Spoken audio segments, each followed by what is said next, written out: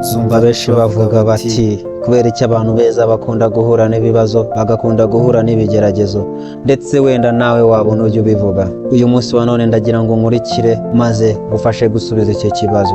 Ngo ubwoko buruta ayandi mahanga, ubwoko Imana yakunze, ubwo nibwo bwajyanyweho iminyago bujyanwa mu Misiri burakoronezwa imyaka utabara. Ngo ndetse yewe n'igihe bari bageze cyo gutaha aho bari buzagenda iminsi 7 byabafashe imyaka 40. Ese ni ukubera iki ibibazo bikunda kwibasira kuri aba ngaba dukunda kwita beza?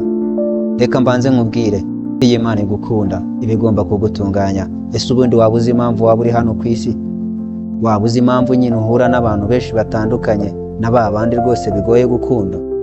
Kandi nk'uko Yesu Kristo yasize abivuze, yasize avuze ko tugomba gukunda bose nk'uko twikunda. Ikintu cya mbere ugomba kumenya ni uko uri hano kugira ngo wige gukunda mugenzi wawe, kubera yuko iryo juru uzabamo uzaribanamo na bose. Ku cyerekeye ibibazo rero bigomba kuba kuri abo bantu bose, ni uko nyine ibibazo ari ibikoresho by'Imana. Ibibazo ni nk'inyundo y'Imana.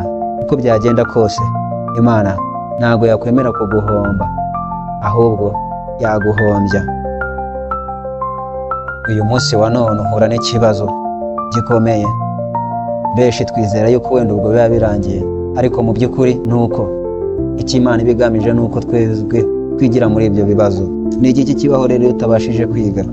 Iyo utabashije kwiga ni uko nyine nimba ubushize Imana yarakoresheje inyundo ntoya, ubutaha izakoresha inyundo y'amabuye. Ariko ubashe wumve, yakwemera ugacika n'akaguru, ariko ntizahombe ubugingo bwawe. Kubera iki? Abo nkunda ndabacyaha, niko bimeze. Impamvu ibingibi bitugora nuko twebwe twirebera ibyahangaha mu isi, tureba hafi, tureba imyaka 100 tuzabaho hano ku isi. Ariko Imana ijya kukurema yakuremye uri nk'ikiremwa gikomeye cyane, gikunzwe cyane kurenza ibindi biremwa birenga amamiliyaridi biri hano ku isi. Niyo mpamvu rero izo mbaraga yagushyizeho itagombaga kukurebera mu myaka 100. Iyi Imana ikureba irahinguranya ikageza mu myaka 500, ikageza mu myaka 5000, ikarenga ikagera mu myaka miliyari. Iyi Imana ikureba ubuziraherezo. Niyo mpamvu reka ibyo byose bikugoye bikakubaho umunsi wa mbere, bikakubaho inshuro 2, bikakubaho inshuro 3, ariko kugira ngo wige. Ibi bibazo biza kubera yuko abana b'abantu twebwe ku myigire yacu rwose turagorana cyane, bisaba gusubiramo. Ni nayo mpamvu Abisiraheli bamaze imyaka 40 mu butayu, ni ukubera yuko basubiye inyuma bibagirwa ya Mana yawe yari bakuye mu Misiri.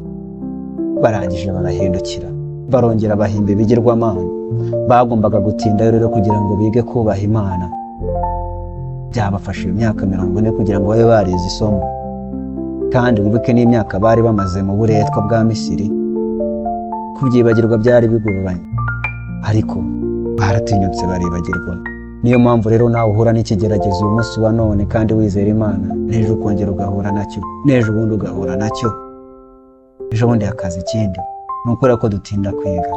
Ubwo rero nimba ushaka kwirinda ibyo bigeragezo ko bikomeza kukubaho, mu gihe uguye mu kigeragezo aricyo wita isomo, gerageza wige vuba, ufate vuba, wirinde gusibira. Ibyo bizagufasha guhita ugenda ugera ku cyo Imana yaguteguriye bitakugoye.